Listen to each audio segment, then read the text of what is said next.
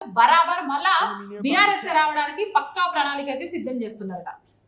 ఇక ఒక పక్క నుంచి కేసీఆర్ ఒక్కొక్క మెట్టు ఎక్కి మూడోసారి సీఎం పదవిని చేపట్టాలని చూస్తుంటే సొంత పార్టీ నేతల్లో అసంతృప్తి అనేది బహిర్గతం అవుతుందట. గ్రాఫ్ సరిగా లేకపోతే టికెట్ లేదని వార్నింగ్ కూడా ఇస్తున్నారట. అతినీత హెచ్చరికలతో ఎమ్మెల్యేలు అప్రమత్తం అవుతున్నారట.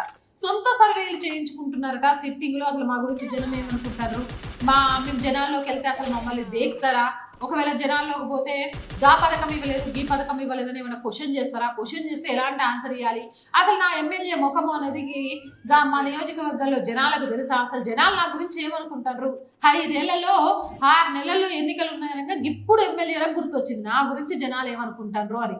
ఇదేదో ఎన్నికల్లో గెలిచిన మొదటి రోజు నుంచి కనీసం రోజుకు 1 గంట ప్రజల కోసం కేటాయించిన ఈ చివరి 6 నెలల్లో ఇంత టెన్షన్ పడటంతో పాటు అసలు సీట్ వస్తుందా రాదా, కట్టప్పలుగా మారాలా, ఏ పార్టీకి పోవాలా, ఎంత ఎన్నికల కోసం